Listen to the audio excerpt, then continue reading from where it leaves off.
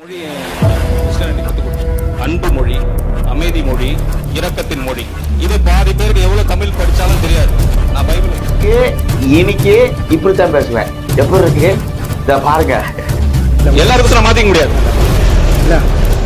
ஏன் செயல் இதுதான். மாண்பு உறுப்பினர் மாண்பு அமைச்சர் கேலி பண்றீங்களா? மாண்பு 2000 அப்படின்னா 82,000 ஒரு 100 தடவை சொல்லுங்க, சரியா போயிடும்.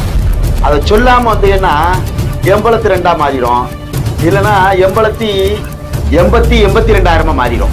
அதனால உங்களுக்கு ஒரு குழப்பம் இருக்கு, ஒரு சிதப்பல் இருக்கு. இது ஒரு மத மொழியை கற்றுக் கொடுத்துருக்கு. அன்பு மொழி, அறிவு மொழி, அமைதி மொழி. இந்த அறிவு மொழி, அன்பு மொழி, அமைதி மொழி எல்லா மார்க்கமும் அதைத்தான் சொல்லுது.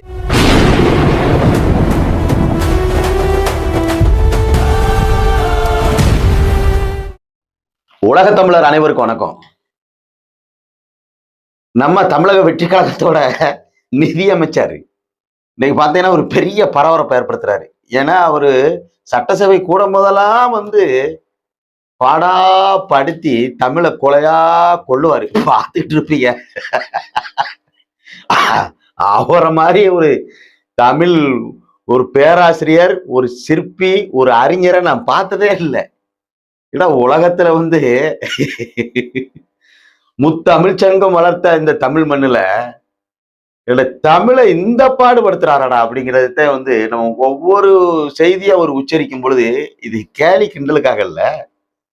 ஒரு நிதி அமைச்சர் அவர் நல்லா புரிஞ்சுக்கணும். அவர் நிதி அமைச்சர், ஒரு தமிழை. அது பாத்துட்டீங்கன்னா எந்த நதிக்கரையில இருந்து வந்திருக்காரு அப்படின்னா, அவர் நாகர்கோவில் கன்னியாகுமரி பகுதியில இருந்து வந்த ஒரு அமைச்சர் மரிய செல்வன்.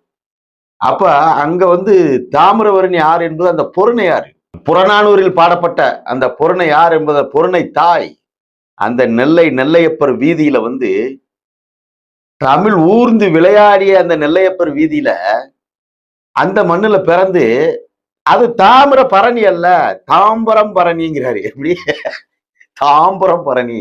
தாம்பரம் பரணி எங்க இருக்கு? சென்னையிலயா? அந்த தாம்பரத்துல அந்த கூகை ஓடுது பார்த்தீங்களா, அதைத்தே ஒரு தாம்பரம் பரணின்னு சொல்றாருன்னு பார்த்தா, அடுத்து பாத்துட்டீங்கன்னா என்னைய பார்த்தா அவங்களுக்கு என்ன கேலி கிண்டலா தெரியுதா? எனக்கு இன்னைக்கு இப்படித்தான் பேசுவேன். எப்படி? எனக்கு இன்னைக்கு இப்படித்தான் பேசுவேன். எப்படி இருக்கு இத பாருங்க. அவருக்கும் நான் மாத்திக்க முடியாது, எல்லாருக்கும் நான் மாத்திக்க முடியாது. ஏன் செயல் இதுதான். மாண்பு உறுப்பினர் மாண்பு அமைச்சர் கேலி பண்றீங்களா?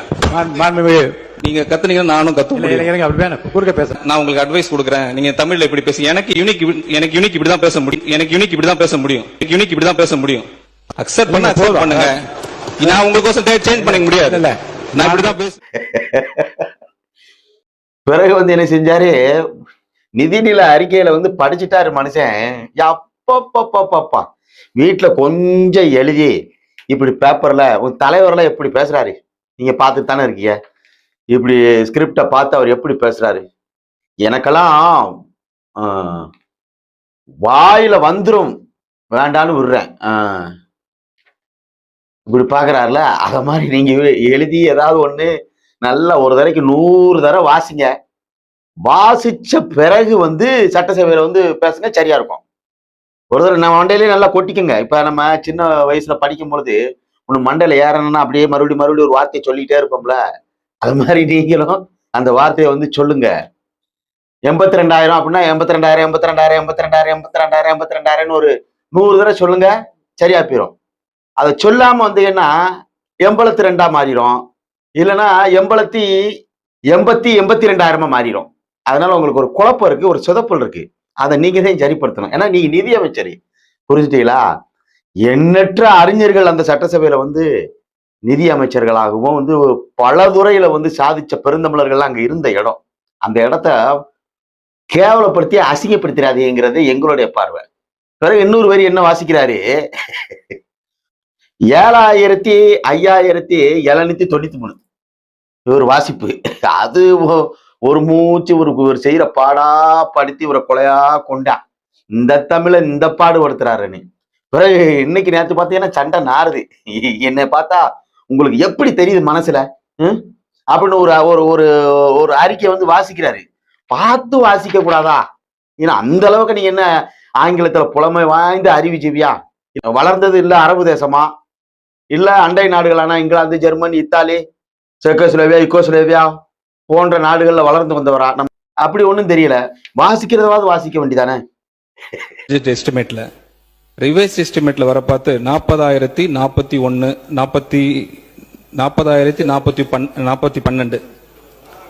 412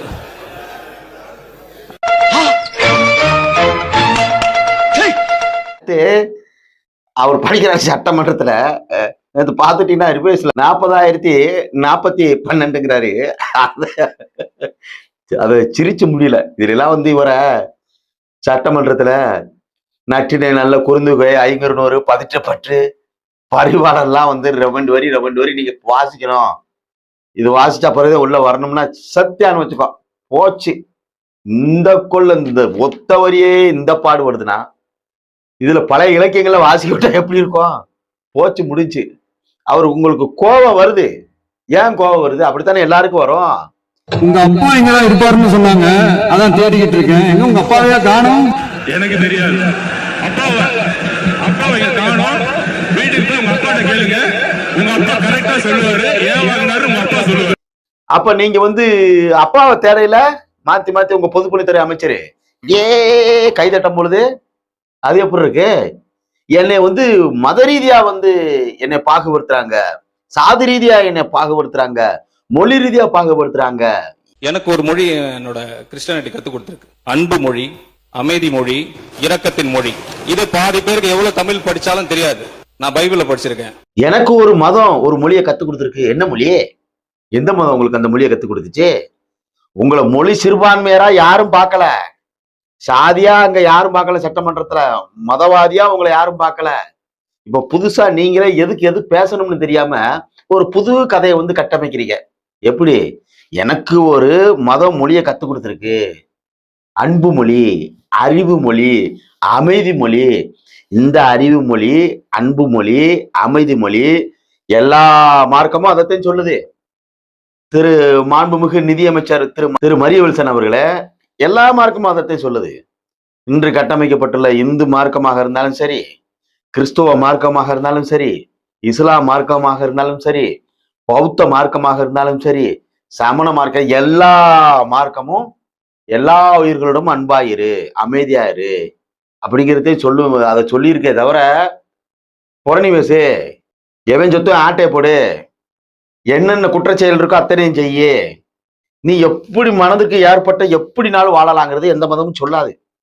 மார்க்கம் உருவாக்கப்பட்டதே மானுடர்களை நெறிப்படுத்துவதற்கு மார்க்கங்கள் உருவாக்கப்பட்டதற்கு, இறை சொல்லப்பட்டதற்கு காரணம் தவறு செய்தால் தண்டனை உண்டு என்று மார்க்கங்கள் கட்டமைத்ததற்கும் கோயில்கள் கட்டப்பட்டதற்கான காரணம் அதுதான். இல்லைன்னா மனிதனுக்கு தனக்கு அப்பாற்பட்ட ஒரு சக்தி இருக்கு, நாம செய்வது பாவங்கிற உணரலைன்னா மானுட ஜென்மமே அழிஞ்சிரும். இவ்வளவு மார்க்கங்களும் தத்துவார்த்தங்களும் பெரிய யோகிகளும் ஞானிகளும் 11 சித்தர்களும் இத்தனை வாழ்வியல் கடமைகளையும் கோட்பாடுகளையும் சொல்லி கொடுத்த பிறகே இத்தனை கொலை, கற்பழிப்பு, அகம்பாதம், ஆணவம், திமிரு, புரணி எல்லாம் நடக்கு இந்த மண்ணுல. அப்ப எதுவுமே இல்லைன்னா மனிதன் மனம் போன போக்குல வாழணும்னா எப்படி வாழ்வேன்? சேர்த்துச்சு உலகம். அதனால இன்னைக்கு சட்டமன்றத்துல நீங்க புதுசா ஒரு புருடாவை கட்டமைக்கிறீங்க. இது ஏத்துக்கிற முடியாது. நம்ம நிதியமைச்சர் மரியவில்சன் இன்னைக்கு அமைச்சரு, இன்னைக்கு தமிழ் தாண்டவம் ஆடலாம், தமிழை கொலையா கொண்டெடுக்கலாம். அவர் இஷ்டப்பட்டது நேரம் அவர் எப்படி அவருக்கு தெரியுதோ, இன்னைக்கு அவருக்கு என்ன தெரியுதோ அதை அவர் பேசுவாரு. ஆனா நேத்து இதுக்கு முன்னாடி அன்பு மொழி, அறிவு மொழி, அமைதி மொழி இந்த நாக்குல பேசின இந்த மரியவில்சன் இப்ப பாருங்க நம்ம கட்டகம் படுத்தி எப்படி சிலம்பு விளையாடுறாரு பாருங்க.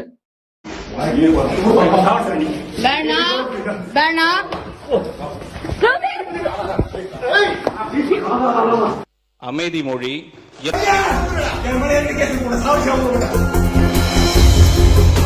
இரக்கத்தின் மொழி.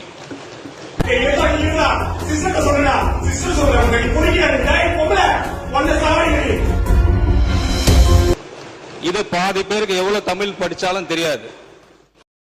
பாருங்க எப்படி கட்டகம் படுத்தி எப்படி சிலாம்பு விளையாடுறாரு பாருங்க. கொண்டு அழிச்சு அறுத்துருவேன், யாரும் தப்பிக்க முடியாது, நீ வா வா வா இவர்தான் இன்னைக்கு சட்டமன்றத்துல பேசுறாரு. அன்பு, அறிவு, ஆற்றல் எல்லாம் வந்து எனக்கு ஒரு மார்க்கம், என் மதம் ஒரு மொழியை சொல்லி கொடுத்துருக்கு, இது இது இது மாதிரிதான் நான் நடப்பேன். புருடாவை பாத்தீங்களா? நிதியமைச்சர் மரியவல்சன் அவர்களே, தமிழை படிங்க. ஏன்னா ரஷ்யாவுல பல தேசிய இனங்கள் இருந்தது. பல தேசிய இனங்கள கூட்டமைப்புல ஒரு அமைச்சர் வந்து லெனின்ட்ட சொல்றாரு, ஐயா இந்த மொழியில் எழுதப்பட்ட எழுத்து என்பது எனக்கு புரியவில்லைங்கிறாரு. அவன் அந்த தேசிய இனத்தை ஆளுகின்ற ஒரு அமைச்சர். அப்ப வந்து லெனின் சொல்றாரு, எந்த மொழியில் பேசப்படுகிற மொழி, ஒரு மொழியை ஆளுகின்ற ஒரு ஆளுமை அந்த மொழியில் வரப்படுகிற அந்த மொழியினுடைய வார்த்தையை புரிந்து கொள்ளவில்லை என்றால் நீ ஆளுவதற்கே தகுதி இல்லடாங்கிறாரு லெனின். வந்து ஒரு தேசிய இனத்தை ஆளணும்னா அந்த மொழியை நேசிக்கணும். அந்த அந்த தேசிய இனத்தினுடைய கோரிக்கை அந்த மொழியில் இருக்கும்பொழுது அது வாசிக்கணும். அது வாசிக்க தெரியலன்னா அந்த தேசிய இனத்தை ஆளுவதற்கு தகுதி இல்லைங்கிறாரு லெனின் அவர்கள். வந்து அப்ப இந்த இடத்துல என்னது சொல்ல நாங்க உங்களை, நீங்க கொஞ்சம் மனச்சான்றோட பேசுங்க.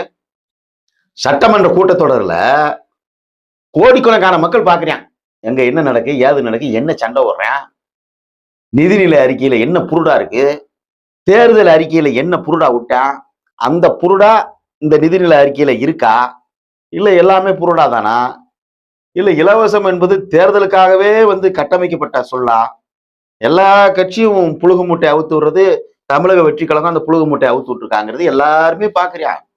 இதுல உங்க உருட்டுதான் தாங்க முடியல எங்களால.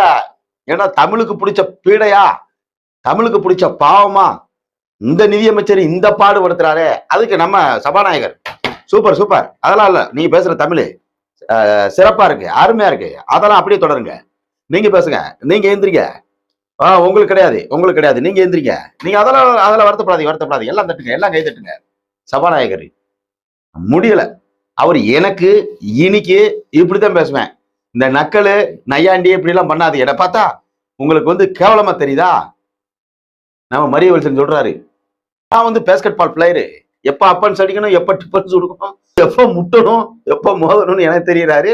ஆனா தமிழ் ஊரா சொதப்புது, ரொம்ப சண்டை சச்சரவு வருது. உங்களுக்கு நீங்க பேசுறதுனால வந்து வலைதளத்தை திறந்தாலே வந்து அண்ணன் மரியவல்சன் வர்றாரு. நான் இந்த 40,042 இந்த கூத்து இந்த கொடுமை வருது. அதனால வந்து நீங்க சொல்றீங்கல்ல, அண்ணன் ஆதவர்ஜன் இருக்காரு, எண்ணற்ற தலைவர்கள், பள்ளி கல்வித்துறை அமைச்சர் ராஜ்பவன் இருக்காரு, இதுல எண்ணற்றவர்கள் இருக்காருல்ல. எங்க தலைவர், தமிழக வெற்றி கழகத்தினுடைய தலைவர் விஜய் அவர்கள் பேசணும்னு அவசியமே கிடையாது. அதெல்லாம் நாங்க பாத்துக்கிறோம், நாங்க எடுத்துக்கிறோம். அவர் அமைதியா உட்காந்துருப்பாரு, எப்பயுமே பேயடிச்ச மாதிரி தான் அப்படியே உட்காந்துருப்பாரு. நாங்க பேசுவோம், அவர் பேசணும்னு எங்களுக்கு அவசியம் இல்லையேங்கிறீங்கல்ல. ஐயா தயவு செய்து சொல்ற ஐயா, அந்த சட்டசபையில உள்ள பெருந்தலைவர்கள்லாம் இருக்கு. இன்னைக்கு தமிழக வெற்றி கழகம் வந்து ஆட்சி ஆளுது, பெரும் ஆளுமைகள்லாம் இருக்கு, மாற்று கருத்து இல்ல. மரியவல்சனுக்கு பிறகு வந்து யாராவது இன்னொரு ஆளாவது வாசிங்க. நிதிநிலை வாசிக்கும் பொழுது இன்னொரு ஆள் யாராவது வாசிங்க.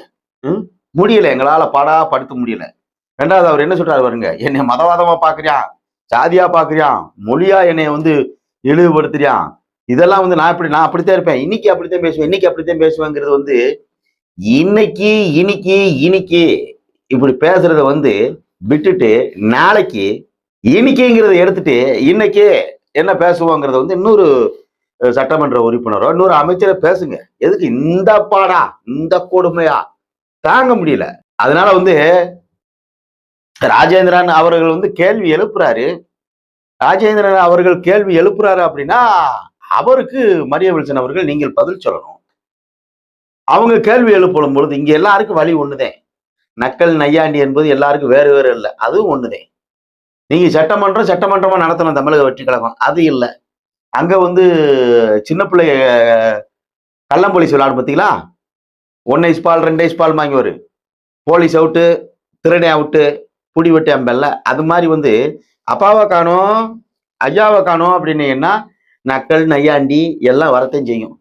அதெல்லாம் மூட்டை கட்டணும்னா நீங்க எங்க அண்ணன் மரியவல்சன் அவர்களிடமிருந்து அந்த தமிழை நீங்க வாங்கிக்கோங்க. நீங்க கொஞ்சம் எழுதி வாசிக்க சொல்லுங்க, அப்பெல்லாத்தையும் சரியா இருக்கும். இல்லைன்னா இது சட்டமன்ற மாதிரி இல்லை. எங்க ஊர் சாவடியில பொங்க கணக்கு பார்ப்பாங்க. பொங்க கணக்கு பார்க்கும் பொழுது வந்து நீ தின்னுட்ட, நீ அந்த ரூபாய் என்ன செஞ்சுட்ட, இந்த ரூபாய் எடுத்து நீ என்ன செஞ்ச, அப்ப நீ என்ன வைக்கமா, நான் என்ன வைக்கமா, கூட்டமாவது அதாவதுன்னு தூக்கி போட்டு ஓடுவாம இருங்க. அது மாதிரி இருக்கு. நீங்க ஒரு 900 கோடி அன்னைக்கு யார் வாங்கினது? மார்டின். அவர் லாட்ரி மார்டின் யார் வாங்கினது? 900 கோடி. நான் வாங்கினேன்னா அது உங்க ஒப்பா கேளு. உங்க அப்பா வந்து மார்டின் கேளு. இந்த சண்டையெல்லாம் நாரிச்சுல. இப்படித்தே இருக்கு உங்களுடைய போக்கு. அதனால வந்து சட்டசபை என்பது கண்ணியமானது, கடமையானது, போற்றுதலுக்குரியது. அந்த போற்றுதலுக்குரிய கண்ணியமான கடமையான அந்த சபை நாகரிகம் என்பது அந்த இடத்துல வந்து தெருவில் ஒரு சக்காலத்தி சண்டை ஓடாம, அந்த தமிழ் தாய் அதிகாரத்துல உள்ள அந்த அவையில வந்து தமிழை கொலையா கொண்டு எடுக்காம, பாடா படுத்தாம, அதை நீதியோடையும் நேர்மையோடையும் அழகான தமிழில் நீங்கள் வந்து அப்படியே வந்து வாசிச்சாதான் மக்களுக்கு புரியும். அப்ப அந்த அழகான தமிழை வந்து அலங்கோலப்படுத்தினா மக்கள் என்ன செய்வான்? கெக்கப்புக்கன்னு சிரிச்சு விளையாடுவான். அதனால ஒரு மாற்று வழி செய்யுங்க. நல்லா இருப்பீங்க சாமியா.